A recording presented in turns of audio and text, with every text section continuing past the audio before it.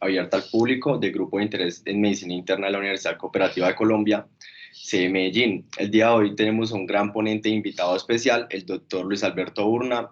Él es médico y cirujano de la Universidad Católica Boliviana, es especialista en medicina interna del Colegio Médico de Bolivia, él es especialista en cardiología de la Universidad de Favaloro, Argentina, especialista en hemodinamia, angiografía y cardioangiología intervencionista de la Universidad de Buenos Aires, Argentina. El doctor puede encender su micrófono y ya proyectar las diapositivas, por favor. El grupo de interés en medicina interna le da las gracias por sacar de su tiempo y venir a darnos esa ponencia de fisiología cardíaca. Buenas noches a todos. Bueno, primeramente el agradecido soy yo. Muchas gracias por invitarme a participar de esta primera experiencia con el grupo. Siempre es bueno participar en toda actividad académica y apoyar sobre todo estas iniciativas que espero se vayan copiando en otros lugares. Así que espero que la charla sea de su interés y que sea divertido y atractivo durante toda la presentación. La pregunta que siempre nos hacemos en esta época de pandemia es, ¿están pudiendo ver bien? ¿Se ve bien las diapositivas y me escuchan bien? Sí, señor, está todo muy bien. Buenísimo. Bueno, entonces el tema que vamos a ver hoy es un pequeño repaso de lo que es la anatomía y un poco de la fisiología del corazón y del sistema cardiovascular. No pretende para nada equipararse a una clase de anatomía o a una clase de fisiología, simplemente destacar o concentrarnos en algunos puntos que son más relevantes en lo que es o lo que va a ser la antesala al siguiente tema o a la siguiente charla, que es la historia clínica o el examen físico o la anamnesis o la evaluación del paciente cardiópata, ¿no? Entonces esa es la finalidad. Por lo tanto, esperemos que esto sea un repaso. Es una clase que también la uso de introducción en mi clase de mi asignatura de cardiología. Y la mejor forma que encuentro de poder darle la relevancia al corazón y a la cardiología en general es a través de esta frase que nos dice que después es gracias al corazón y a su pulso que la sangre se moviliza, se perfecciona, se vuelve apta para nutrir, evita su corrupción y su coagulación. Es el corazón, en efecto, la fuente de la vida y el origen de toda acción. Eso ya nos está dando ese ingreso, esa antesala a la relevancia que tiene el corazón. Y como todo buen cardiólogo, pues tengo que defender también mi especialidad y ponerla por encima de las demás, aunque eso es un sesgo que tenemos cada uno en nuestras diferentes especialidades. Ya hace bastantes años atrás, un genio que pasó por esta vida, que fue Leonardo da Vinci, nos hizo un acercamiento muy preciso de lo que es la anatomía, en este caso del corazón. Obviamente no se abocó ni se dedicó simplemente a este aparato, a este órgano o a este sistema que sería el corazón y el sistema cardiovascular, pero nos acercó bastante a lo que es el corazón, tanto en su estructura externa como también en su estructura interna. Fíjense el detalle que tiene, que incluso en esta imagen ya nos está mostrando cómo es el ventrículo izquierdo el que llega a la punta del corazón y no así el ventrículo derecho, ¿no? Entonces, definitivamente era un genio. Y fíjense cómo antes de que se perfeccione todo lo que es las autopsias, lo que es la medicina forense, ya teníamos estos dibujos que nos acercaban bastante a lo que es la realidad anatómica. Por eso que hoy ver un estudiante de medicina que dibuja de esta forma el corazón es un sinsentido, ¿no? No debemos dibujar de esta forma, aunque tiene su toque romanticón que se usa bastante, al menos en esta fecha que pasó hace un par de días. Yo siempre les digo que el único que tiene derecho a dibujar de esta forma el corazón es el mismo corazón si le hiciera un autorretrato, porque es la forma en la que él se percibe o en la forma en la cual él se ve. Sin embargo, hace unos años, hace unos 5 años que viene circulando por todo Internet, como que esta imagen o esta silueta del corazón que tenemos se generó, se formó a partir de dos corazones anatómicamente enfrentados entre sí, y nosotros si dibujamos los bordes tendríamos esta figura, repito, romántica del corazón. Pero bueno, hoy hay que ver qué tan real son las cosas que se publican en Internet, aunque no podemos negar que es bastante interesante ese dato. Sin embargo, de repente nos encontramos con estas imágenes, con esta radiografía, donde nosotros podemos ver cómo en esta silueta se asemeja bastante a lo que veíamos hace un momento, aunque desde luego ustedes ya se han dado cuenta que esto no es el corazón, sino que es un enorme aneurisma de la aorta, pero que nos puede engañar fácilmente, aunque lo vemos aquí abajo al corazoncito inocente descansando sobre el diafragma. Pero aquí no hay forma de equivocarnos, ¿no? Este corazón, un corazón miocardiopático en una mesa de estudio, de autopsia, lo vemos como se asemeja bastante a la imagen que veíamos hace un momento. Desde luego, la defensa podría ser decir que no es un corazón normal, sino que es un corazón con alguna miocardiopatía. Lo que sí nos queda claro es que muchas veces la realidad supera la ficción y es por eso que quería mostrarles esas imágenes e iniciar de esa forma. Ya adentrándonos a lo que es la anatomía del corazón, pues desde luego debemos partir con la posición que ocupa o la localización que ocupa el corazón en nuestro cuerpo. Y de esa forma tenemos que también abandonar esa costumbre de decir que nuestro corazón está a la izquierda, porque no existe tal cosa. El corazón se encuentra en el centro del tórax y dentro de este centro se encuentra a nivel del mediastino medio, o sea, está localizado en la mitad de nosotros, ¿sí? Tiene por delante o está resguarecido o está protegido por el esternón hacia adelante y tiene por detrás al esófago un gran vaso como es la aorta y la columna vertebral y reposa, descansa o se asienta sobre un gran músculo que divide las cavidades torácica y abdominal como es el diafragma. Y tiene dos guardianes o dos estructuras a sus costados que son los pulmones y esta sería parcialmente la ubicación del corazón. ¿Por qué parcialmente? Porque si bien vemos en los diferentes diagramas, en las diferentes representaciones, hasta en 3 dimensiones, esta ubicación en el centro del tórax, debemos también completar con su ubicación espacial. Por eso es que es parcial decir que el corazón se encuentra en el centro del pecho, ya que también deberíamos complementar diciendo la orientación que tiene el corazón, lo cual nos va a permitir ubicarnos espacialmente en la cavidad torácica a este órgano tan noble.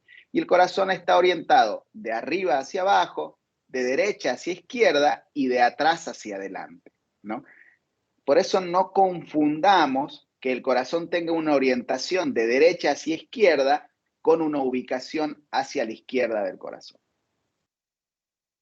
En cuanto a su morfología externa o esta visión o esta vista exterior, pues tiene una forma de una pirámide triangular, tiene un eje anatómico, pero también tiene un eje eléctrico. En situaciones normales, ambas dos van a coincidir, es decir, la misma orientación del eje anatómico será la del eje eléctrico. Pero ya en situaciones patológicas, en enfermedades, en arritmias, en trastornos de la conducción, aún sin llegar a cambios estructurales, vamos a ver que la modificación del eje eléctrico, ya al contrario, en la mayoría de los casos, en la mayoría de las situaciones, por no decir en todas, no acompaña con un cambio en el eje anatómico. Porque si nosotros vemos en el electrocardiograma que el eje eléctrico tiene un desvío anterosuperior izquierdo, no nos vamos a poner a pensar o no vamos a imaginarnos que el corazón anatómicamente levantó su punta y la dirigió hacia el hombro izquierdo. Para nada. Esto es, se pierde esa relación entre lo que es el eje eléctrico, que lo vamos a identificar y lo vamos a calcular en el electrocardiograma, y el eje anatómico, que es el eje real. Este corazón tiene una consistencia firme, es de coloración rojiza, pesa un poquito más en los hombres que en las mujeres, hay 10 gramos aproximadamente de diferencia. Sus cavidades, y aquí también hay que hacer una salvedad, que muchas veces en la medicina y la cardiología, cuando hablamos del corazón, por lo general nos referimos al ventrículo izquierdo. Y ha sido en los últimos años, en los últimos 10, 20 años, en el que se ha dado la relevancia y la importancia a las estructuras derechas, como es el ventrículo derecho, que antes no se le daba. Fíjense que la mayoría de nuestros estudios complementarios para evaluar el corazón han sido diseñados para evaluar el ventrículo izquierdo. El ecocardiograma, la tomografía, el cateterismo, todo está diseñado en su inicio para evaluar el ventrículo izquierdo. Y de ahí en más se fue adaptando para evaluar las cavidades derechas y hoy pues ya los nuevos equipos nos permiten con toda certeza, con toda precisión poder evaluar ambos lados del corazón. Por eso es que muchas veces decimos el corazón y nos referimos principalmente al ventrículo izquierdo. Pero bueno, ¿a qué iba esto? A que cuando nosotros hablamos de las cavidades y al menos al hacer referencia al ventrículo izquierdo, tenemos que imaginarnos que esta cavidad tiene paredes, tiene estructuras que van a delimitarla y estas paredes o caras son muy importantes en algunas situaciones, como por ejemplo en la enfermedad coronaria, la cardiopatía isquémica o el infarto, porque nos va a permitir orientarnos la arteria que fue responsable del daño, o a la inversa, al identificar la arteria vamos a poder imaginarnos qué parte de la estructura del ventrículo del corazón es la que ha sido afectada. También el corazón tiene estructuras que son los grandes vasos que salen de él, como la arteria pulmonar, como la arteria aorta, y grandes vasos que llegan hacia él, como son la vena cava superior, la vena cava inferior. Pero además de estos grandes vasos que llevan la sangre hacia la circulación menor y hacia la circulación mayor, tiene también vasos que lo van a nutrir, que son las arterias coronarias, y tiene también vasos que van a recoger esa sangre utilizada, que son las venas coronarias. Por fuera tiene una estructura que lo envuelve, que es el pericardio, y en su interior, cuando veamos la estructura o la conformación o la morfología interna, vamos a ver lo que son las aurículas y los ventrículos. Bueno, esta imagen han debido haber visto muchas veces, son imágenes de Rouvier, donde podemos ver lo que les decía hace un momento. El corazón lo vemos aquí orientado de arriba hacia abajo, de derecha hacia izquierda, de atrás hacia adelante, en el centro del pecho. Vemos cómo están aquí las cavidades auriculares, las cavidades ventriculares, vemos la arteria pulmonar, tronco de la pulmonar, sus dos grandes ramos, vemos la vena cava superior, la vena cava inferior, y vemos aquí la aorta con sus vasos del cuello a nivel del callado aórtico. Es por eso que al ver las otras estructuras y ya extrayendo o sacando al corazón de aquí, nosotros podemos ver cómo llegan hacia él tanto la vena cava superior como la vena cava inferior, y cómo sale de él la arteria pulmonar, la arteria aorta. Y esta es la relación que tienen con los diferentes órganos. Fíjense que son muy similares, ¿sí? Es verdad que generalmente vamos a tener más vasos venosos que vasos arteriales, pero el recorrido, el trayecto, generalmente lo comparten, porque donde va la sangre tiene que haber alguien que recoja la sangre, ¿no? Bien, ya viendo una pieza anatómica, fíjense cómo vemos que realmente el corazoncito está orientado de derecha hacia izquierda, ¿no? Tiene esta punta, cómo descansa a nivel del diafragma, pero externamente en su morfología nosotros podemos identificar algunas estructuras. Podemos ver ahí la arteria aorta, podemos ver el tronco de la arteria pulmonar, cómo llega a la vena cava superior, llega a dónde, a la aurícula derecha, y el apéndice de la aurícula derecha, que es su orejuela.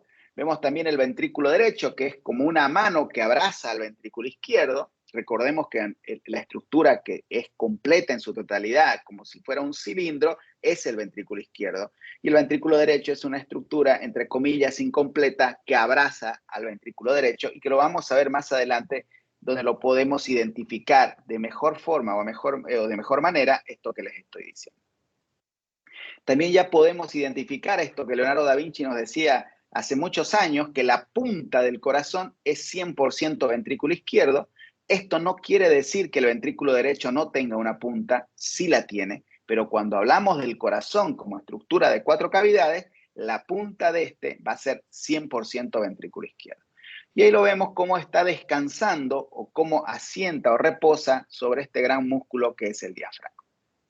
Miren esta imagen también muy bonita. Nuevamente identificamos la aorta, identificamos el tronco de la arteria pulmonar, la vena cava superior, la aurícula derecha, su orejuela.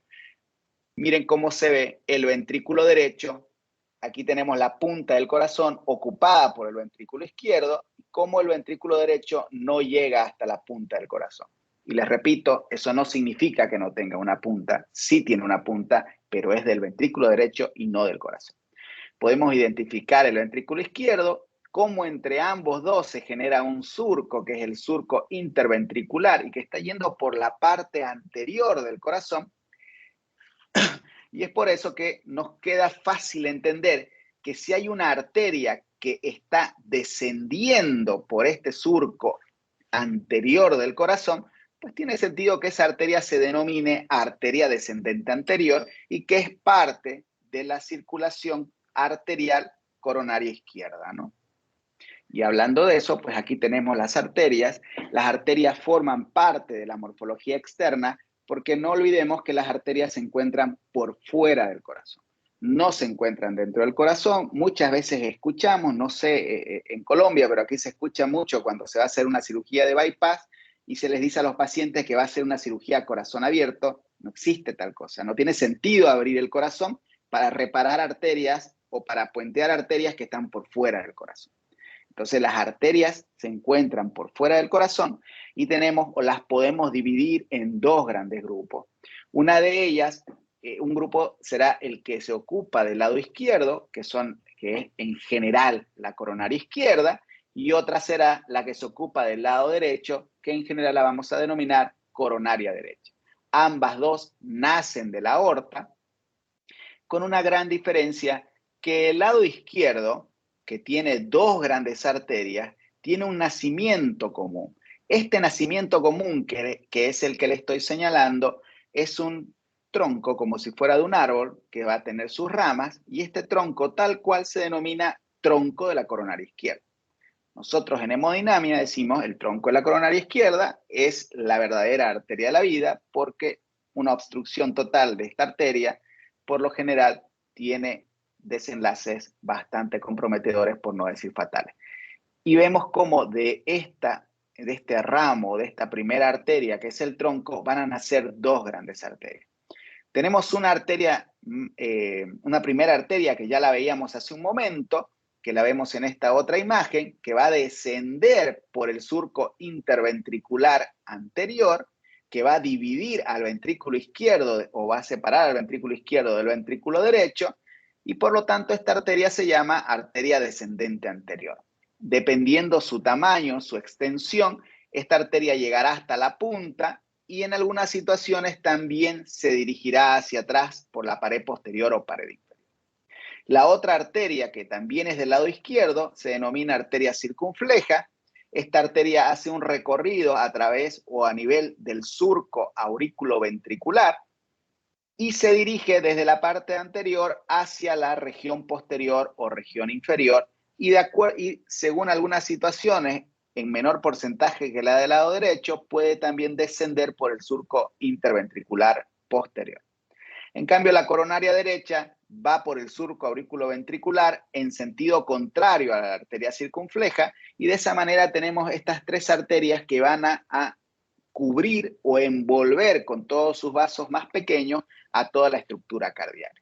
Y esta arteria coronaria derecha se dirige hacia la pared posterior y de ella, por el surco interventricular posterior, va a descender hacia la punta una rama que se denomina rama descendente posterior. En la mayoría de las veces, esta rama descendente posterior nace de la coronaria derecha. En menor número de casos, nace de la coronaria izquierda. En menor número, nace de ambas dos. Y en mucho menor número no nace de ninguna de ellas y es la arteria descendente anterior, que es bastante larga y su punta termina de dar la vuelta a la punta del corazón y se dirige o hace un trayecto por el surco interventricular posterior. ¿Por qué tiene más relevancia o por qué hacemos mayor énfasis nosotros en la rama descendente posterior?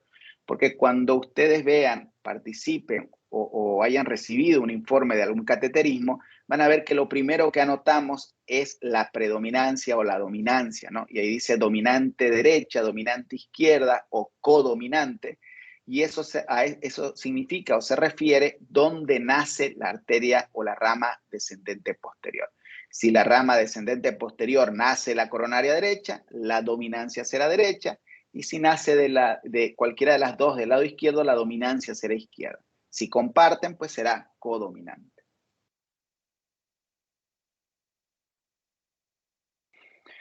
Lo interesante, y eso es algo maravilloso que tiene la medicina, que no todo es 100% así, es que van a haber situaciones en las cuales estas arterias que deberían estar por fuera del corazón, por momentos hacen un recorrido, hacen un trayecto por dentro del músculo.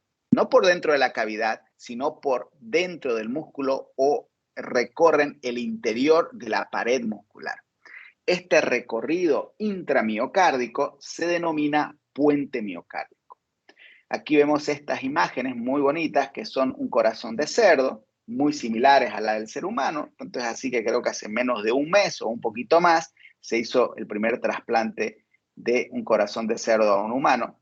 Y bueno, podemos ver la total semejanza de ambas dos.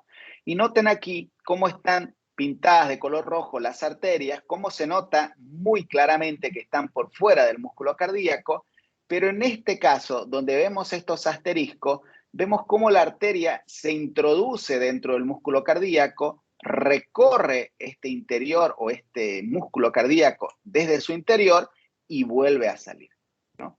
Este segmento o este trayecto que hizo de recorrido intramiocárdico es lo que se denomina puente miocárdico.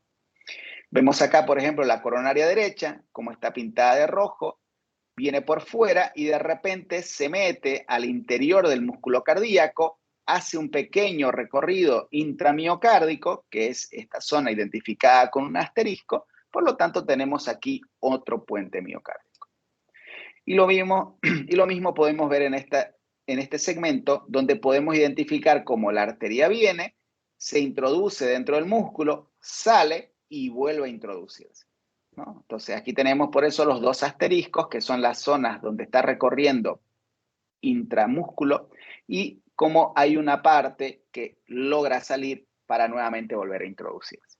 ¿Cuál es la importancia de esta variante anatómica? Por lo general no debería dar problemas, pero en algunas situaciones puede llevar incluso hasta el infarto. ¿Por qué? Porque si la arteria recorre el músculo cardíaco, cada vez que el corazón se contraiga y ese músculo se contraiga, puede colapsar la arteria.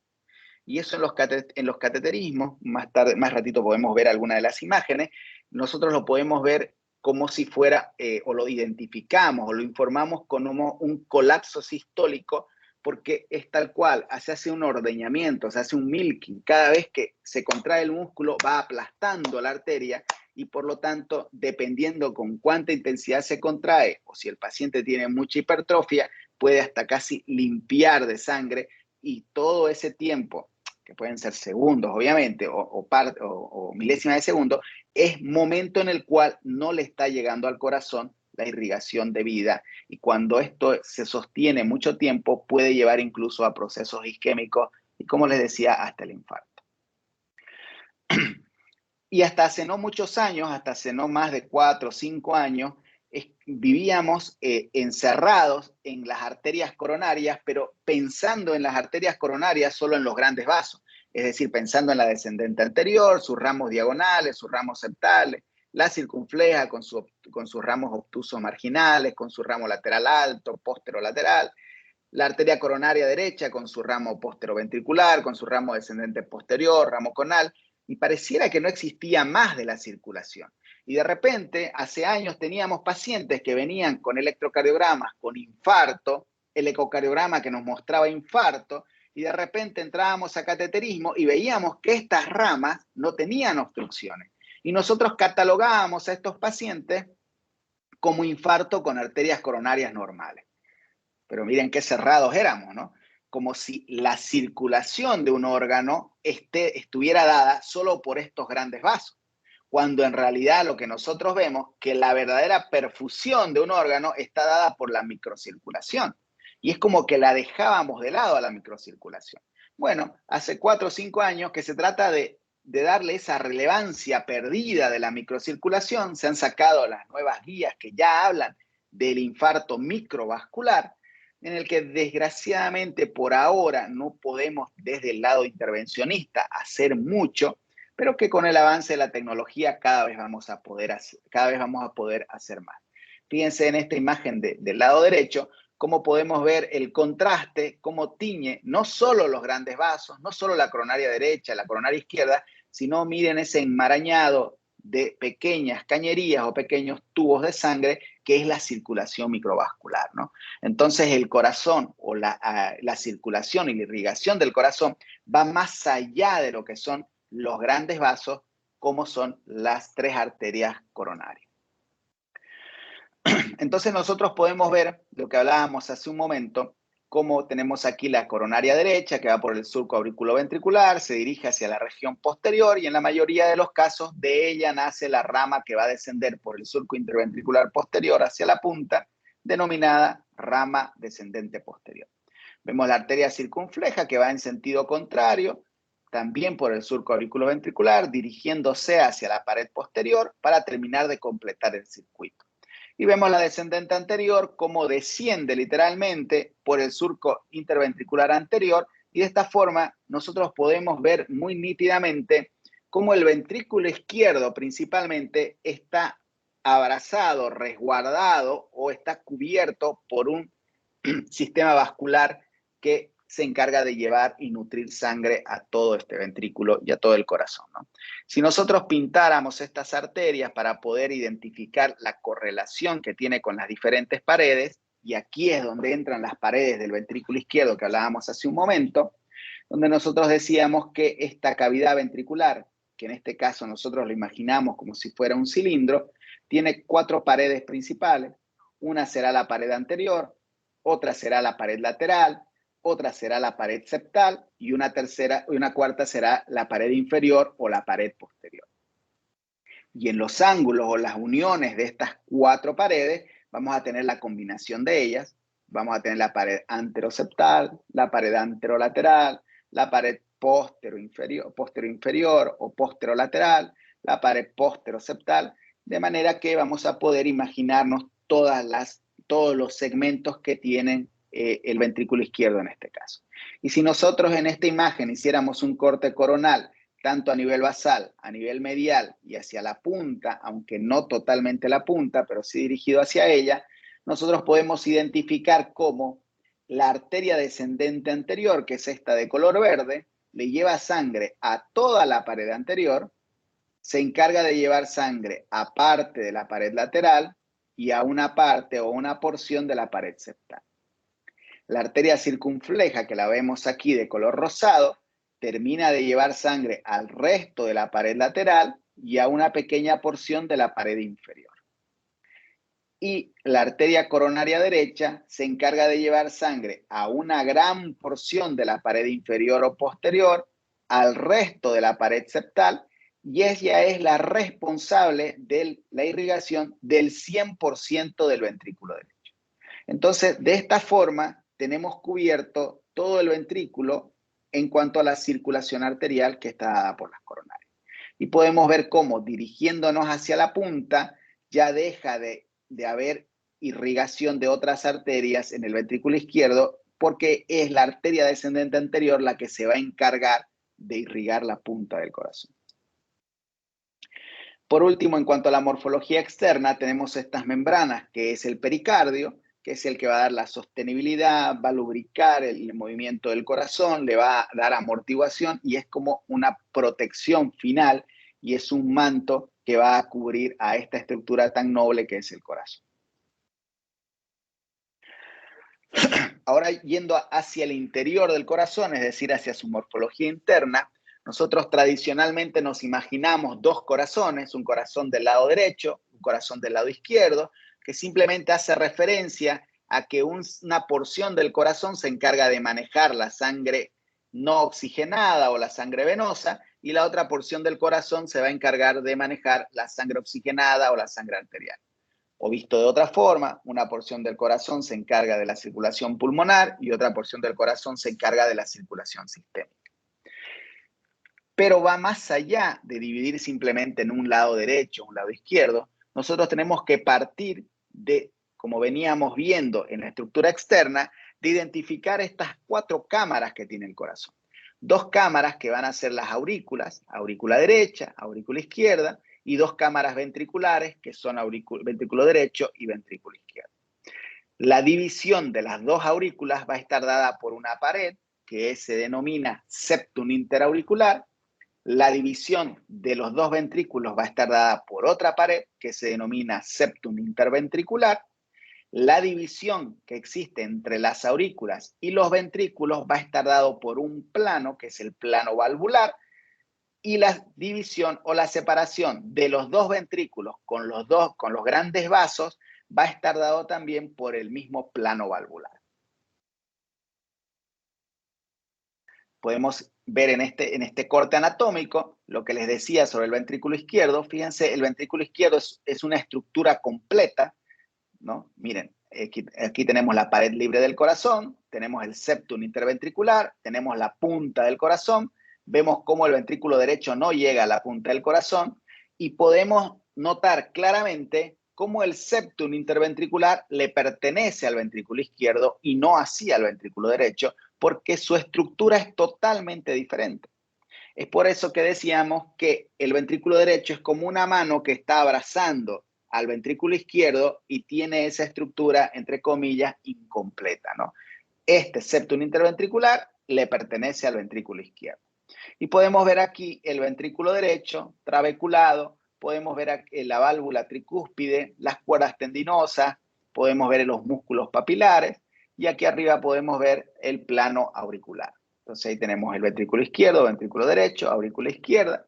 Y miren este corte que pasa más que nada por el lado derecho del corazón, donde ya lo vemos más anatómicamente posicionado o localizado, porque podemos ver cómo está asentado o cómo descansa, en este caso, sobre un plano muscular que viene a ser el diafragma, que divide, como dijimos hace un momento, a la cavidad torácica de la cavidad abdominal. Bien, podemos ver también, vamos a ir viendo la aurícula derecha, y podemos ver cómo en ella desemboca o descarga la vena cava superior, que es esta de acá, así como también la vena cava inferior. Podemos ver la válvula tricúspide, fíjense cómo se ven las cuerditas tendinosas, cómo podemos ver el anclaje a nivel del músculo papilar, y vemos, como es un corte del lado derecho, no es un corte por el medio del corazón, podemos ver esta porción que se denomina tracto de salida del ventrículo derecho, que es la antesala hacia la emergencia de la arteria pulmonar, que la vemos aquí en este corte, al tronco de la arteria pulmonar. Esto yo lo he volcado, por eso las letras están hacia abajo o están de derecha a izquierda. En las diferentes imágenes lo van a ver así, simplemente para ubicarnos especialmente al ventrículo izquierdo a un lado y al derecho al otro lado, como debería ser. Entonces podemos notar muy nítidamente cómo el ventrículo izquierdo es esa imagen cilíndrica, cómo realmente el septum le pertenece al ventrículo izquierdo, y lo que siempre les digo a todos es que el ventrículo derecho es como una mano que abraza al ventrículo izquierdo, ¿no? Vemos aquí un músculo papilar enorme, aquí vemos al otro, y tiene esa forma cilíndrica, o en este corte sería circunferencial. Y miren cómo cuando nos alejamos desde la base hacia la punta, de a poco va desapareciendo el ventrículo derecho, y nuevamente en la punta del corazón, o la punta del corazón, perdón, está ocupada en su totalidad e íntegramente por lo que es el ventrículo izquierdo. Aquí lo vemos, en la punta del corazón, ocupado 100% por el ventrículo izquierdo. Hablábamos de que hay una pared que divide el ventrículo izquierdo del ventrículo derecho, que se denomina septum interventricular. En su gran mayoría es muscular, pero tiene una porción basal que es membranosa, mucho más delgada que el resto, y esto también hay que tenerlo presente a la hora de solicitar o cuando nosotros recibimos los informes de captación nuclear, porque muchas veces podemos encontrarnos en el informe que no existe captación a nivel de las bases, y eso es porque la base generalmente está dada por esta zona membranosa y la membrana no va a tener captación del material nuclear, y no por ello vamos a pensar que hay un proceso isquémico o hay un proceso de poca llegada de sangre a este espacio.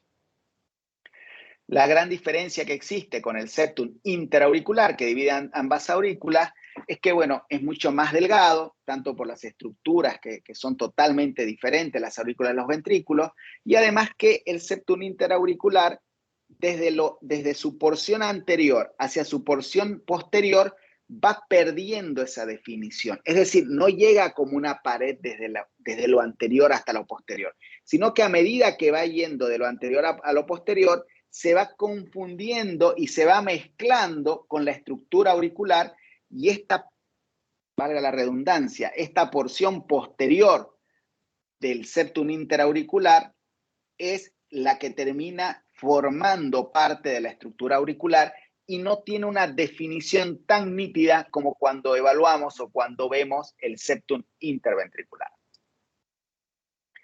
Y hablábamos que existe también un plano valvular, que es el encargado de separar las aurículas de los ventrículos y separa los grandes vasos de los ventrículos.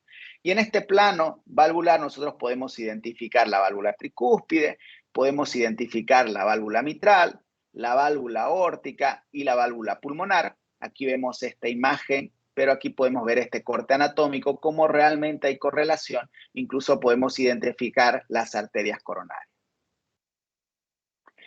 Y estas válvulas, en este caso ejemplificado por una válvula tricúspide, tienen que tener un funcionamiento adecuado y óptimo, y cuando están cerradas tienen que estar herméticamente cerradas. Aquí vemos cómo sus cúspides o sus puntas tocan en su totalidad e impiden el regreso de la sangre hacia la cavidad ventricular, pero también cuando deben abrirse para permitir la salida de sangre, tienen que abrirse en su totalidad para no generar ninguna resistencia a este paso de sangre. Y aquí vemos un video de las diferentes válvulas. Podemos identificar la válvula aórtica y vista desde ambos lados, ¿no? En este caso, visto desde la aorta, ¿no? Miren qué bonita cómo se la ve, y en este caso, visto desde el ventrículo izquierdo. Entonces, la misma válvula, pero la estamos viendo desde dos lugares diferentes, desde la aorta y desde el ventrículo izquierdo.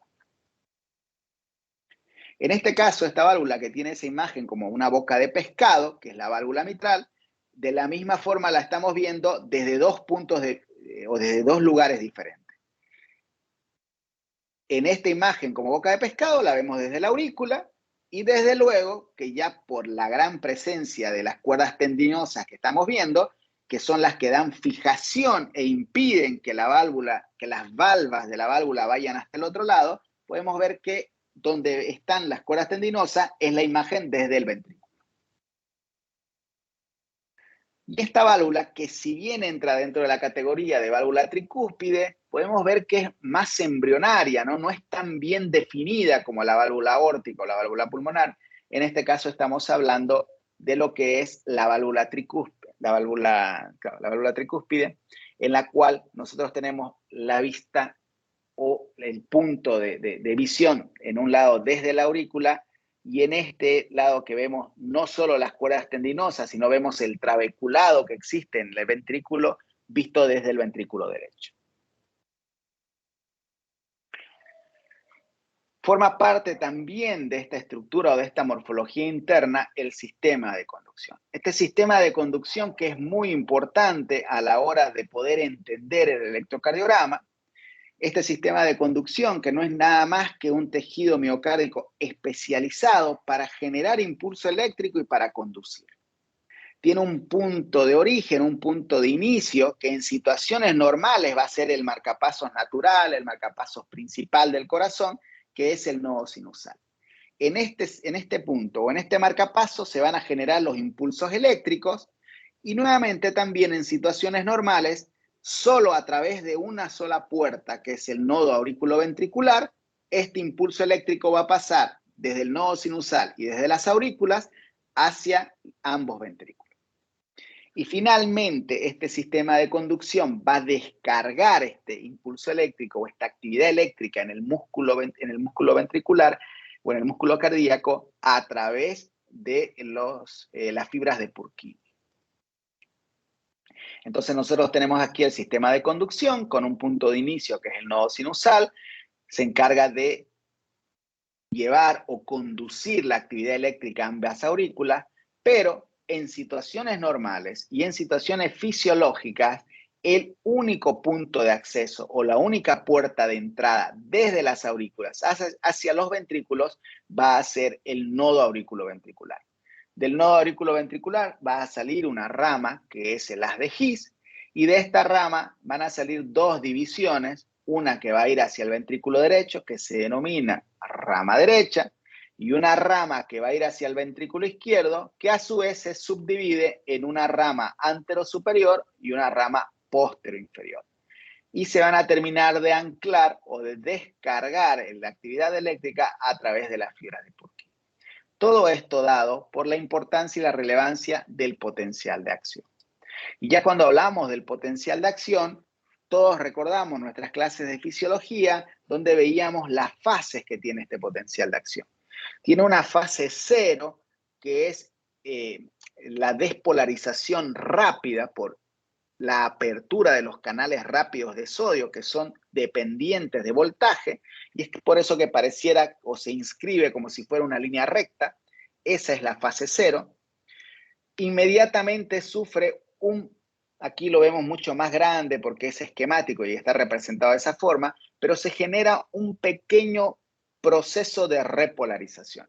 Este pequeño proceso de repolarización está dado tanto por la salida del potasio como por el intercambio del cloro que está saliendo y el calcio que comienza a ingresar.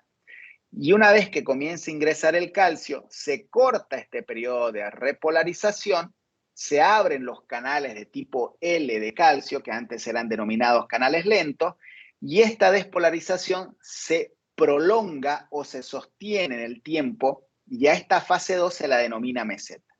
Una vez finalizada esta fase, continúa la repolarización por el pasaje del potasio, que es la fase 3, y luego se genera una fase de recuperación para volver a comenzar o para volver a iniciar en la fase 0. Esto pasa en los ventrículos, aunque no tan nítidamente ni con tanta notoriedad como en los ventrículos, pasa también en las aurículas. Donde va a ser diferente es en el sistema de conducción y principalmente lo tenemos aquí ejemplificado en el nodo sinusal, en la cual no vamos a tener presente la fase 2, es decir, se genera la despolarización por la apertura de los canales rápidos de sodio, ¿sí? Y comienza inmediatamente a generarse la repolarización. No hay ingreso de calcio, por lo tanto no se prolonga esta despolarización, no se inscribe la meseta, y como no hay esta apertura de los canales de tipo L de calcio, no se entrecorta o no se corta tampoco la repolarización. Es por eso que al no haber fase 2, tampoco hay fase 1. Entonces, en este caso tenemos la fase 0 e inmediatamente va hacia el proceso de repolarización, que es la fase 3, y luego al de recuperación para iniciarse nuevamente este ciclo. Ahora veamos una función del corazón que es su actividad. La actividad, cuando nosotros hablamos del corazón, en todos los libros de fisiología, vamos a ver que nos habla del corazón como bomba, ¿no? Entender al corazón como bomba es uno de los pilares o es una de las metas en la asignatura o en la materia de cardiología.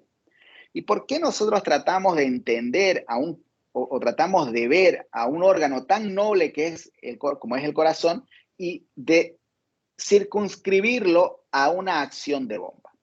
Porque nosotros cuando hablamos de una bomba, estamos imaginándonos un aparato, una estructura que moviliza líquido de un espacio a otro espacio.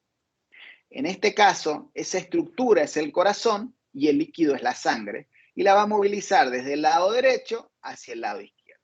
Es por eso que identificamos o tratamos de interpretar al corazón cual si fuera una bomba.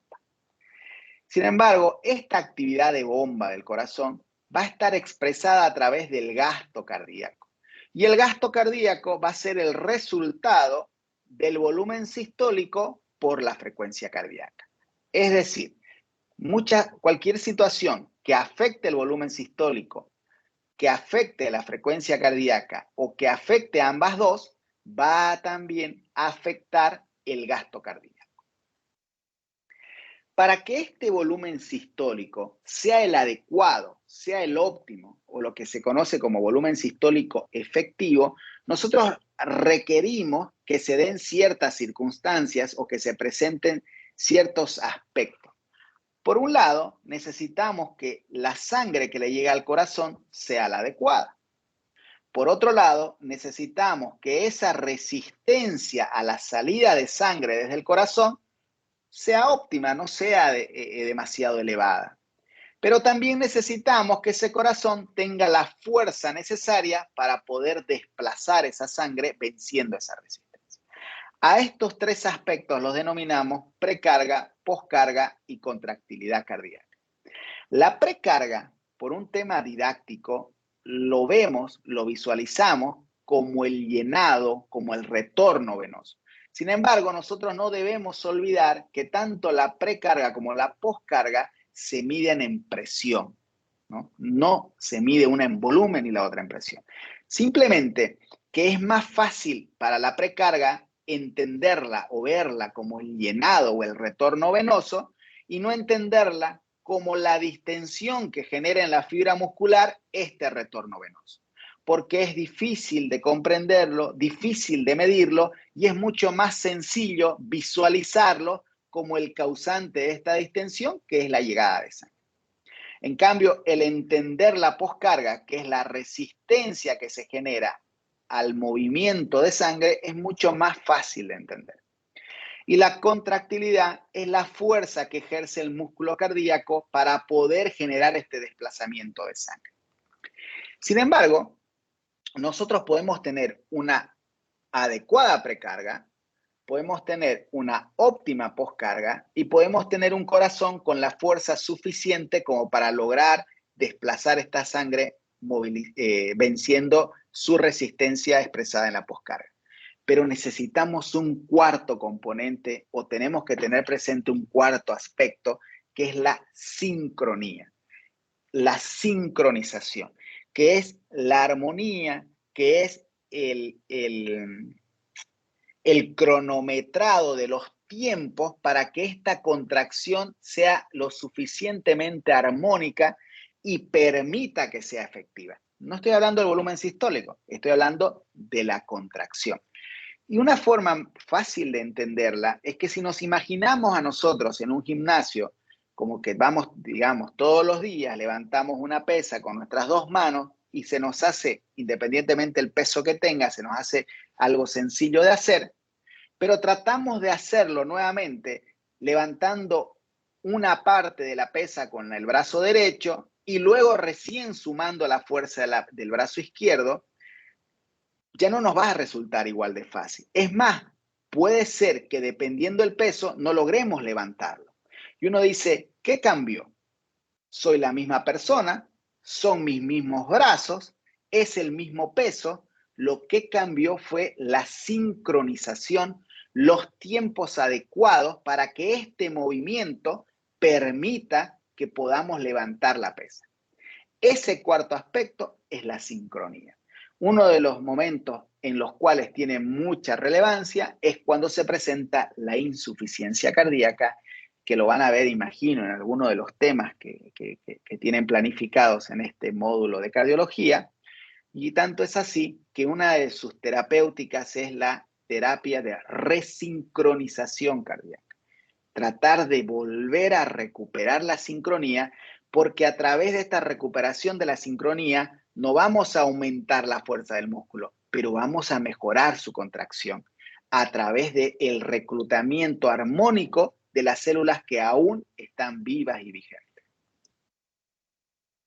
Van a haber diferentes aspectos o diferentes situaciones que afectan la precarga, como es el volumen sanguíneo, la distribución de este volumen sanguíneo, que a su vez está afectada por la posición corporal, por la presión dentro del tórax, por la presión que se genera o que se presenta dentro del pericardio, por el tono venoso, por la acción de bombeo de los músculos esqueléticos. Si estamos sentados todo el día y no nos movemos, pues el llenado, el retorno de sangre no va a ser el mismo.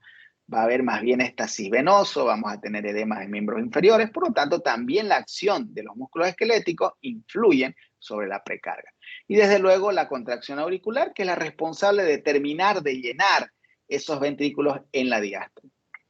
Les pido un favor, si en algún momento me estoy retrasando demasiado con los tiempos, me dicen, porque de repente me gusta hablar y no terminamos ni hasta la medianoche. En cuanto a la poscarga, también van a haber situaciones que van a influir o van a influenciarla. Tenemos la resistencia vascular periférica, cuán elástico está el árbol arterial, el mismo volumen sanguíneo arterial, la tensión de la pared ventricular, esto expresado tanto por su radio como por su espesor, porque si nosotros tenemos que un ventrículo izquierdo está hipertrófico, tenemos más masa muscular, seguro que vamos a tener mucho más fuerza y vamos a poder vencer con mayor facilidad esa resistencia que se nos presenta adelante. Y a la inversa, si tenemos una válvula aórtica calcificada, cerrada, que disminuye su orificio de salida, pues vamos a necesitar mayor fuerza para poder vencer esa resistencia. Y la contractilidad se va a ver afectada por diferentes situaciones. Por ejemplo, la presencia de calcio intramiocárdico, la acción o la actividad adrenérgica, la presencia de catecolaminas en la circulación, la frecuencia cardíaca, el uso de fármacos sinotrópicos, el uso de vasoactivos, el daño que puede sufrir el músculo cardíaco a través del proceso isquémico o la muerte celular del mismo, alteraciones en las proteínas sarcoméricas, la fibrosis miocárdica, la sobreexposición crónica a neurohormonas, esta cicatrización ventricular que nosotros la denominamos remodelación y la hipertrofia miocárdica crónica y o excesiva que también a la larga va a dar esa falla en la fuerza que la conocemos muy frecuentemente como hipertrofia excéntrica, pero que en realidad es la dilatación de la cavidad.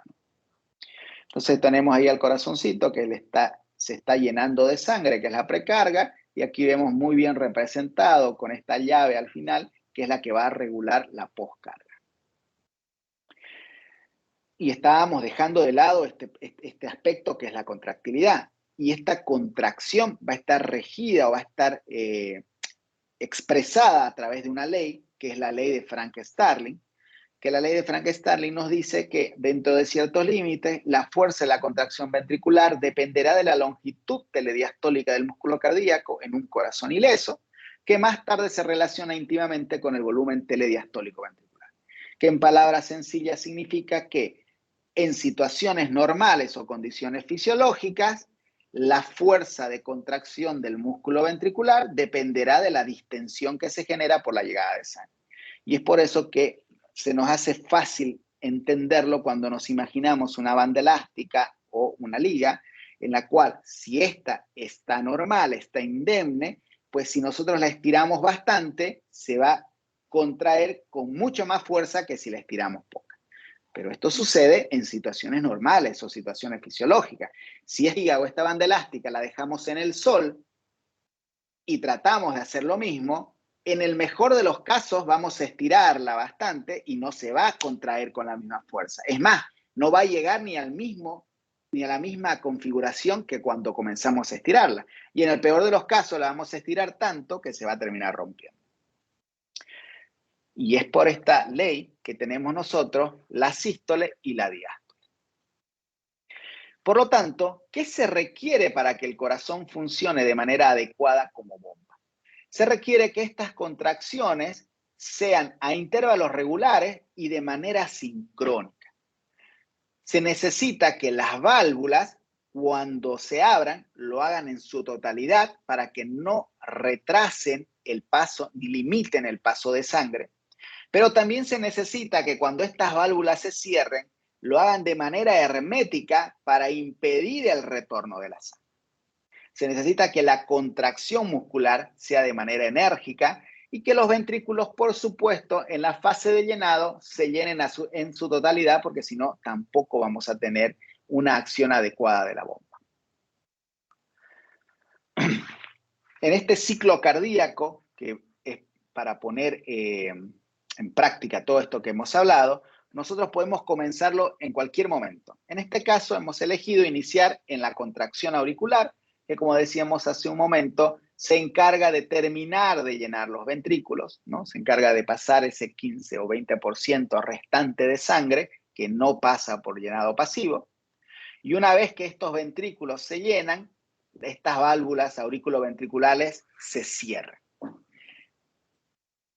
Ese momento que las válvulas auriculoventriculares se cierran, dentro de las cavidades ventriculares, comienza un proceso de incremento de presión.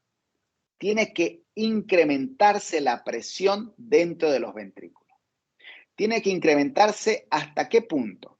Hasta alcanzar el umbral de presión que nos permita usar como llave para generar la apertura de las válvulas de los grandes vasos, sea pulmonar o sea aórtico. Pero hasta que se dé esta apertura, este incremento de la presión dentro de las cavidades ventriculares no está generando ni desplazamiento de sangre, ni está generando cambio en la longitud de la fibra muscular. Es por eso que a esta fase se la denomina contracción isovolumétrica. Una vez que la presión ha alcanzado el umbral que permita la apertura de las válvulas sigmoideas, termina la contracción isovolumétrica y se presenta el periodo o fase eyectivo o sístole propiamente dicho, en la cual continúa incrementándose la presión arterial para que haya desplazamiento de sangre, pero ya hay modificación tanto del volumen, porque empiezan a vaciarse los ventrículos, como también de la longitud de las fibras, porque comienzan a contraerse. ¿Hasta qué punto? Hasta el punto en el cual ha salido la cantidad de sangre o el porcentaje de sangre que debería salir, comienza a caer la presión en los grandes vasos y esta caída de la presión permite el cierre de las válvulas sigmoideas. En ese momento que las válvulas sigmoideas se cierran, dentro de estos ventrículos que habían incrementado bastante su presión para poder expulsar la sangre, comienza a presentarse una fase o un periodo de caída de la presión arterial. Entonces, nuevamente, hay un cambio de presión, en este caso, que cae la presión intraventricular, no se modifica el volumen porque no entra sangre ni sale sangre, y tampoco, en gran medida, se modifica la longitud de las fibras miocárdicas. A esta fase o a este periodo se lo denomina periodo de relajación isovolumétrica. ¿Hasta qué punto llega este? Hasta el punto en el que, a la inversa, baje tanto el umbral que permite, el umbral de presión intraventricular, que permita que las válvulas auriculoventriculares se aperturen, se abran y exista un paso de sangre desde las aurículas hacia los ventrículos de forma pasiva. Y es donde entra casi el 85% de la sangre que llenan los ventrículos. Esto es la diástole. Y esto sucede, este ciclo, una y otra vez para que nosotros podamos estar vivos. Todo esto gracias también a ciertas capacidades o ciertas propiedades que tiene el corazón.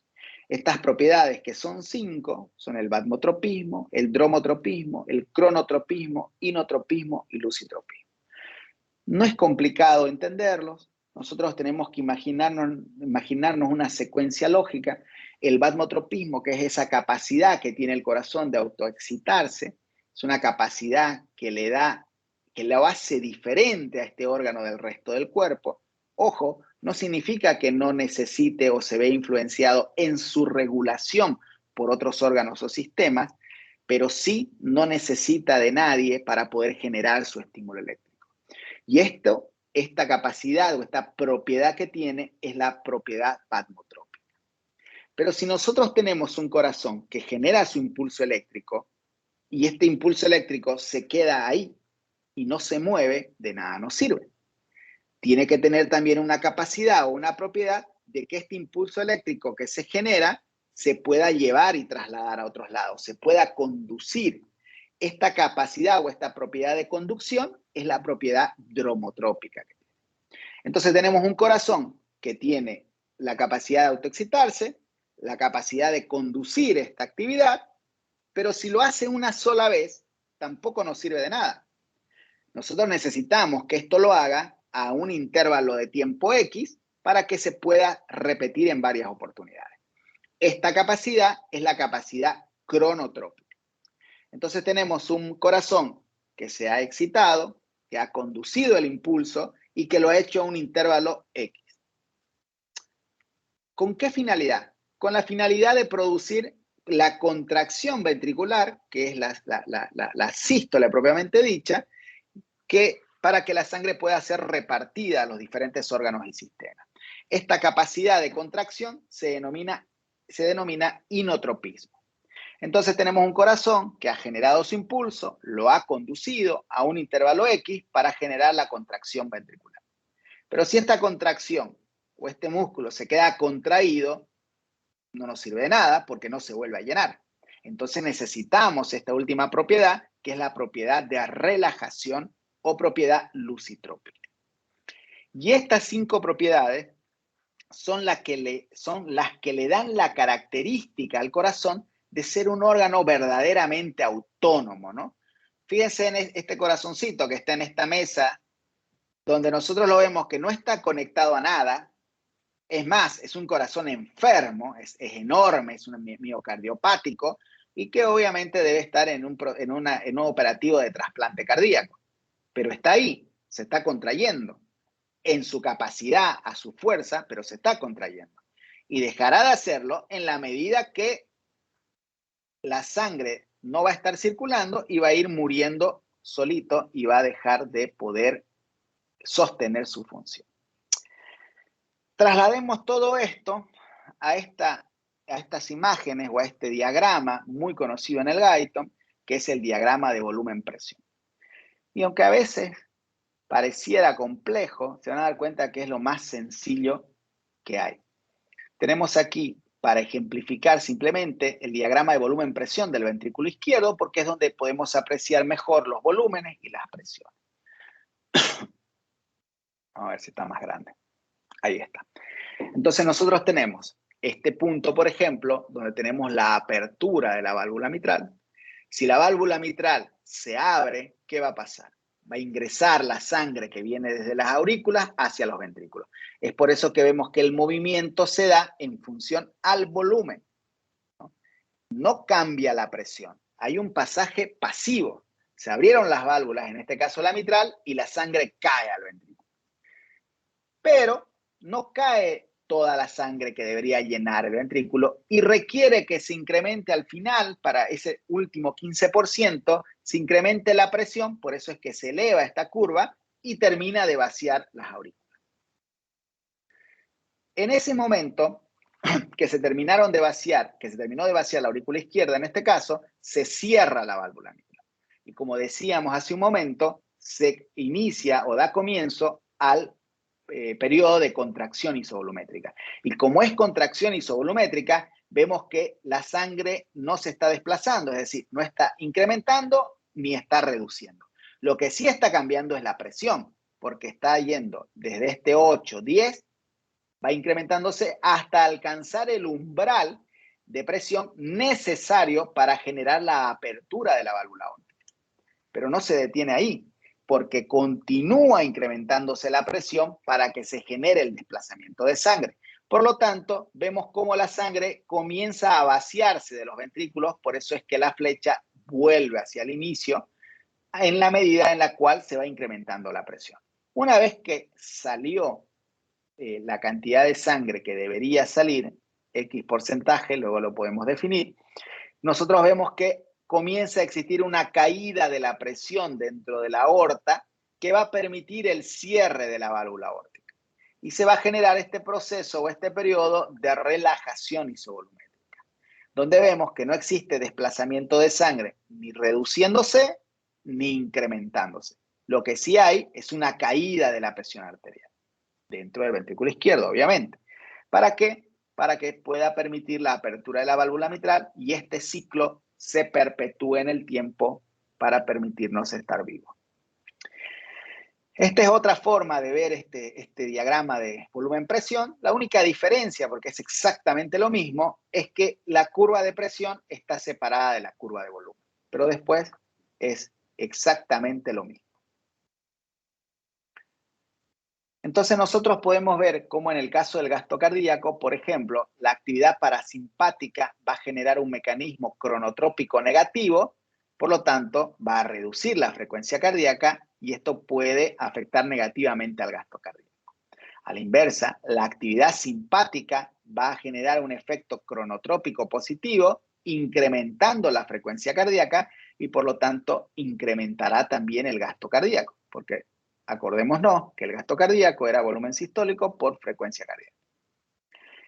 Esta actividad simpática también va a incrementar la actividad inotrópica es decir, va a mejorar la contractilidad, con lo cual vamos a aumentar el volumen sistólico y también se va a incrementar el gasto cardíaco. La presión arterial va a incrementar la resistencia, la salida de la sangre, la resistencia a la salida de la sangre, es decir, va a incrementar la poscarga, lo cual puede jugar en contra del volumen sistólico y repercutir también negativamente en el gasto cardíaco. En cambio, un mayor llenado, una mayor presión de llenada o una mayor precarga, que está relacionada con la ley de Starling, que es de los vasos y no es lo mismo que la ley de Frank-Starling, va a incrementar el volumen sistólico en situaciones normales, lo cual va a llevar a un mayor gasto cardíaco. Bueno, esto lo vamos a pasar. Entonces, nosotros hablamos del corazón como bomba y le saqué esta captura de pantalla donde nosotros tenemos el Tratado de Fisiología de Guyton, en su 14ª edición, publicado el año pasado, donde vemos que en la unidad 3, relacionada al corazón, en su capítulo 9, nos sigue hablando del corazón como bomba, ¿no? Entonces, uno de los pilares para entender al corazón sería entenderlo en su función de bomba. Sin embargo, creo que fue el año pasado o el 2020, me tocó participar de esta espectacular charla que la dio el doctor Luis Eduardo Echeverría Correa de la Sociedad Colombiana de Cardiología, en su capítulo de falla cardíaca, donde nos habla de que el corazón es más que una bomba y nos sitúa al corazón como un órgano endocrino. Aquí abajo les pongo el link para que lo puedan buscar. Les recomiendo ver ese video, dura un poquito más de 1 hora. Es fantástico, nos intenta cambiar el paradigma de ver al corazón más que como una bomba, porque nos habla de que el corazón es un órgano que libera hormonas. Y estas hormonas tienen mucha relación a la hora de entender la fisiopatología de la insuficiencia cardíaca y tratar la insuficiencia cardíaca. Y nos habla de que un órgano que libera hormonas, que secreta hormonas, es una glándula. Y si es una glándula, forma parte del sistema endocrino. Y va más allá. Nos dice que la insuficiencia cardíaca debería ser una enfermedad endocrinológica. Entonces, yo les recomiendo ver esto. Es un intento de cambiar ese paradigma que está presente actualmente. Estamos recién en los primeros 2 meses del año 2022 y hasta el año pasado, en este libro, que es uno de los referentes de fisiología, aún vemos al corazón como bomba. Y aquí viene el doctor a tratarnos de hacernos ver de manera diferente al corazón, que tampoco es iniciativa de él, sino que ya desde el año 85 ya venían publicándose los artículos donde hablaban de que el corazón secreta hormonas, libera hormonas, y se las recomiendo la charla, les va a encantar. Bien, ya no falta mucho, no se estresen. Veamos ahora un poquito de lo que es el sistema circulatorio. Ya vimos al corazón, su estructura externa, su estructura interna. Pero ¿qué pasa por estas cavidades, por estos tubos, por estas cañerías, como dice una colega? Dice que los hemodinamistas somos plomeros de guante blanco. Pero bueno, nosotros vemos cómo la sangre llega hacia la aurícula derecha a través de la vena cava inferior, a través de la vena cava superior, atraviesa la válvula tricúspide para dirigirse hacia el ventrículo derecho.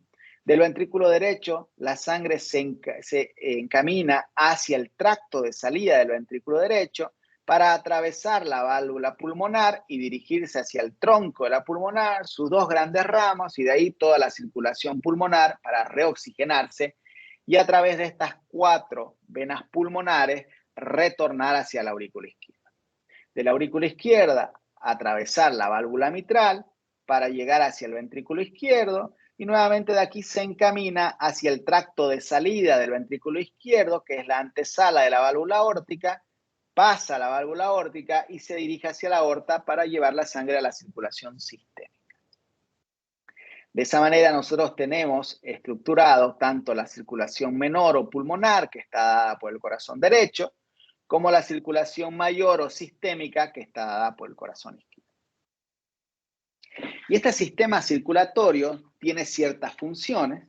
Una de ellas será la de transporte, porque la sangre va a llevar el oxígeno a todos los tejidos para que se nutran, y va a recoger este dióxido de carbono para poder ser eliminado en los pulmones. También va a recoger los nutrientes del tubo digestivo para llevar a los diferentes tejidos y va a llevar estos desechos metabólicos hacia los riñones para que sean expulsados en la orina. Va a transportar hormonas de las células endocrinas a los órganos de destino, pero también va a transportar sus propias hormonas, como decíamos, que también secreta hormonas. Y transporta diversos citoblastos de la médula ósea y otros orígenes a los tejidos donde estos se van a depositar para sufrir un proceso de maduración. Tiene también una acción o una función protectora. La sangre desempeña diferentes papeles en la inflamación, en la infección, para poder dispersar la misma. Por ejemplo, los leucocitos van a destruir microorganismos y células cancerosas y estos leucocitos van a ser transportados por la sangre a través del sistema circulatorio. Los anticuerpos nunca antes están en boca de todos, como en la época de la COVID, y otras proteínas sanguíneas van a neutralizar toxinas y van a ayudar a destruir patógenos. Y los trombocitos van a secretar factores que inician la coagulación sanguínea y otros procesos para minimizar la pérdida de sangre, donde también el sistema circulatorio nos va a permitir identificar la zona en la cual ha sufrido esta agresión y va a poder permitir llevar los materiales necesarios para sellar esta filtración e impedir que siga escapando más sangre. Tiene también una función regulatoria, porque puede absorber, puede liberar líquidos en diferentes condiciones. Los capilares sanguíneos van a ayudar a estabilizar la distribución de líquidos en el cuerpo. Esta distribución de la sangre también juega un rol muy importante en el shock, sobre todo en el shock distributivo, como es el shock séptico. Y al amortiguar los ácidos y las bases, las proteínas sanguíneas ayudan a estabilizar el pH de los líquidos extracelulares. Los desplazamientos en el flujo de la sangre ayudan a regular la temperatura sanguínea, es decir, cuando se incrementa la temperatura nos va a permitir disipar esta temperatura, pero cuando baja la temperatura nos va a ayudar a tratar de mantener el calor para mejorar nuestra temperatura corporal. Esta circulación se da generalmente en dos formas o en dos formatos. Una de ellas que se llama en un circuito en serie y otra en paralelo. Un circuito en serie que está dada por los grandes vasos, ¿no? Por las grandes y medianas arterias, que significa que la sangre en estos vasos va a ir de un punto A a un punto B, de un punto B a un punto C, sin perder sangre en el camino. Sin perder sangre en el camino significa que no se va a encargar de nutrir los tejidos a su paso. Simplemente va a transportar la sangre desde este punto A al B, del B al C y así sucesivamente. En cambio, el circuito en paralelo, que está dado por la microcirculación, va a continuar trasladando la sangre de un punto A a un punto B, de un punto B a un punto C, pero en el camino entre punto y punto también va a permitir que la sangre pueda escapar. ¿Para qué? Para que pueda nutrir los tejidos a su paso, ¿no? Eso es lo que permite la perfusión de los tejidos. Esta presión arterial va a ir disminuyendo de manera progresiva desde que sale del ventrículo izquierdo hasta que retorna a la aurícula derecha y va a ir perdiendo su cualidad o su característica pulsátil y va a ir amortiguándose en la medida que se va alejando de la aorta, en la medida que se va perdiendo la elasticidad de los vasos sanguíneos hasta hacerse como si fuera una línea continua o una onda continua. Las venas van a funcionar como bolsas, son vasos de capacitancia, son reservorios de sangre y esto está dado simplemente porque su capa muscular no está tan bien desarrollada como en el caso de las arterias de mediano, de gran calibre, sobre todo, ¿no? La aorta tiene, por tanto, una función elástica, una función de bomba secundaria. Las arterias de grande y mediano calibre van a encargarse también de la distribución de la sangre. Son vasos que tienen circulación en serie, por lo que explicábamos hace un momento. Las arterias de pequeño calibre van a tener entre sus funciones la resistencia, la fricción, van a permitir una mayor caída de la presión y pueden cambiar el flujo o en su paso va a cambiar este flujo de pulsátil, que vamos a ver las imágenes más adelante, a un flujo ya más continuo. Los capilares están encargados de la circulación en paralelo, ¿no? Van a permitir la perfusión de los diferentes órganos y sistemas. Las vénulas y venas van a encargarse de recuperar esta sangre desoxigenada para poder retornarla hacia el corazón y a través de los vasos pulmonares permitir su reoxigenación para nuevamente ser distribuida. Es así que nosotros tenemos diagramado en este caso la circulación del lado izquierdo con la aurícula izquierda, el ventrículo izquierdo y la circulación sistémica, y la circulación del lado derecho con la aurícula derecha, el ventrículo derecho y la circulación pulmonar. Y aquí vemos cómo es la estructura totalmente diferente entre los diferentes vasos sanguíneos, sean arteriales, sean venosos y sean grandes vasos, medianos vasos o pequeños vasos. ¿No? Simplemente para ver cómo pasa desde la aorta, disminuyendo su tamaño, hacia los capilares y hacia un sentido contrario, incrementando su tamaño desde las vénulas hacia las venas cavas, que son vasos de gran tamaño. Y esto simplemente para recordar que se necesitan de estas diferencias de presión para el desplazamiento de sangre. Porque si el ventrículo izquierdo tuviera de presión sistólica 120 y de diastólica, en vez de tener 8, tuviera 80, tengan la certeza que la aurícula izquierda nunca podría alcanzar estos 80 para permitir que la sangre vaya de la aurícula al ventrículo. Entonces, no funcionaría. Es por eso que se requieren estas diferencias de presión. De la misma forma, si la media o la sistólica, por ponerle un nombre, de la aurícula izquierda es de 8 y la diastólica no fuera 0, no permitiría nunca que las venas pulmonares se terminen vaciando en la aurícula izquierda. Entonces se necesita esta diferencia de presión, este gradiente de presión para el desplazamiento de la sangre. Aquí vemos la distribución de la volemia en todo el cuerpo. Vemos cómo en la circulación sistémica se encuentra el 84% de la sangre, en la circulación pulmonar se encuentra el 8.8% de la sangre y en el corazón permanece en promedio el 7.2% de la sangre, equivaliendo todo esto al 100% de la volemia. Aquí podemos ver cómo se genera esta amortiguación de la onda pulsátil desde que sale del ventrículo, pero principalmente desde la aorta, cómo va perdiendo su cualidad pulsátil y se va haciendo un flujo más de tipo continuo hasta que retorna al corazón, obviamente con las diferencias de presión, porque estamos viendo aquí el lado derecho y aquí el lado izquierdo, donde comienza nuevamente a recuperar su cualidad pulsátil. Por eso es que vemos esta onda muy nítida, pulsátil a nivel de la aorta, cómo va modificándose en la medida que nos vamos alejando, aunque aún es un vaso grande como es la arteria femoral, va amortiguándose a nivel de la arteria radial, mucho más a nivel de las arteriolas y casi se hace un flujo continuo a nivel capilar. Y bueno, ese es un breve repaso de lo que es la anatomía y la fisiología del corazón. Espero que no les haya parecido demasiado básico y les repito nuevamente, la idea tampoco era tomar una clase de anatomía ni tomar una clase de fisiología, sino rescatar algunos aspectos puntuales que nos puedan servir para la siguiente clase, que es el examen clínico cardiovascular. Hola, doctor. Doctor, buenas noches. Mucho gusto, mi Buenas nombre noches, es doctora. Valentina. Algunos participantes hicieron preguntas. Tenemos 3 preguntas. Le voy a leer la primera. ¿Qué utilidad tiene la presión de pulso en hipertensión? ¿Qué utilidad tiene la presión de pulso en la hipertensión arterial? A ver, Sí, primero doctor. que nada, en ese aspecto, nosotros, y imagino que lo van a ver cuando vean la hipertensión arterial, nosotros tenemos que entender, y eso está en la definición de la hipertensión arterial, que la presión arterial es mucho o va mucho más allá que el valor de presión arterial. O sea, más allá de la presión media, más allá de la presión diferencial, más allá de la presión sistólica, más allá de la presión diastólica, esto está en su concepto, ¿ya?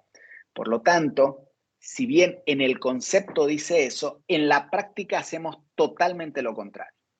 Porque cuando hablamos de hipertensión arterial, para definir hipertensión arterial, partimos de un valor de presión arterial. Y a rajatabla, dependiendo de la guía que utilicemos, decimos que 1 milímetro de mercurio más de este nivel va a ser o no hipertenso.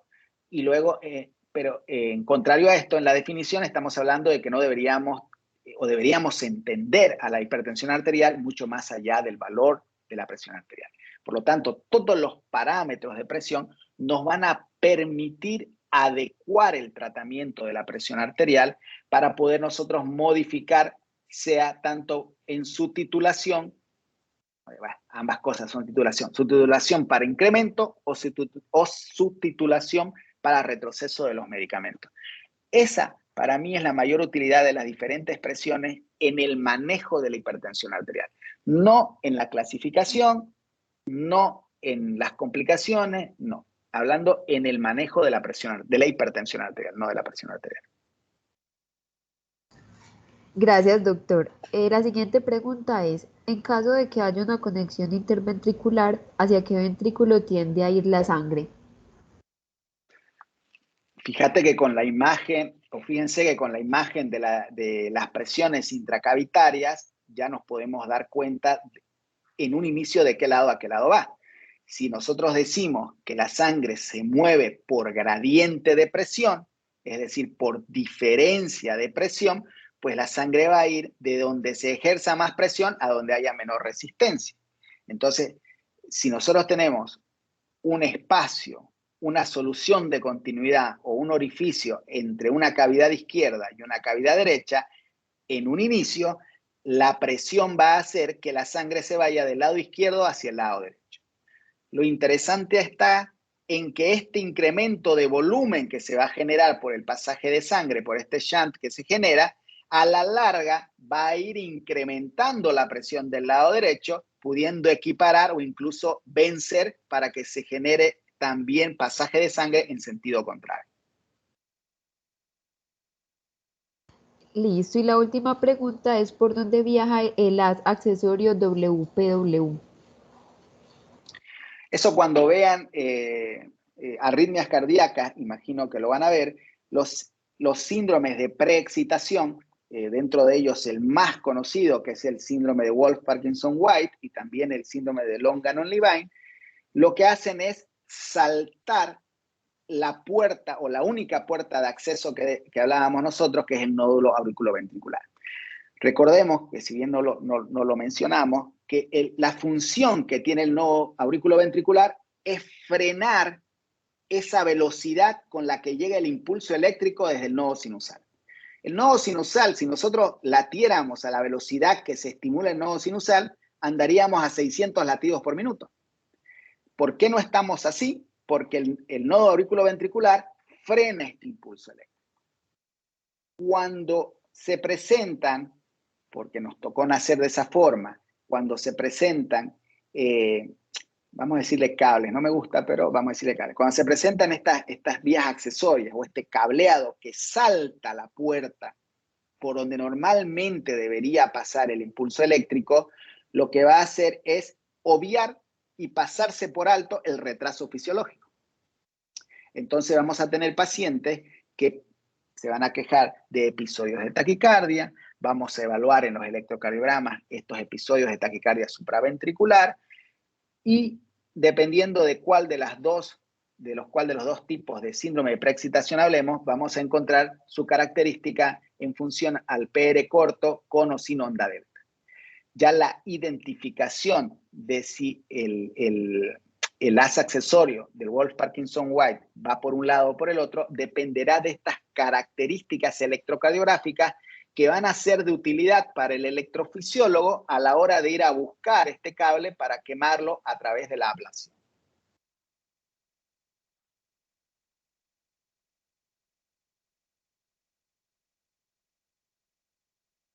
Muchas gracias, doctor, por responder las preguntas.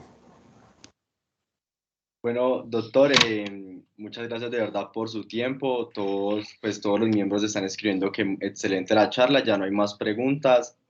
De parte de todo el grupo de interés en medicina interna le queríamos agradecer por esta ponencia y también por la próxima que viene, que es sobre examen clínico cardiovascular. Bueno, entonces esto sería todo por hoy. Muchas gracias. Ya compartí su Instagram por el grupo para que las personas lo sigan y miren también todo su contenido, doctor. Gracias. Gracias a ustedes nuevamente por la invitación. La verdad que es una bonita experiencia y espero que les haya sido de utilidad la charla. Y los felicito por esta iniciativa y espero que todos tus colegas y compañeros la aprovechen porque son estas iniciativas las que marcan el cuánto uno ama y quiere la medicina, ¿no? Tiene toda la razón, doctor. Muchas gracias y que tengan una excelente noche. Entonces, los miembros nos vemos la próxima semana para nuestra siguiente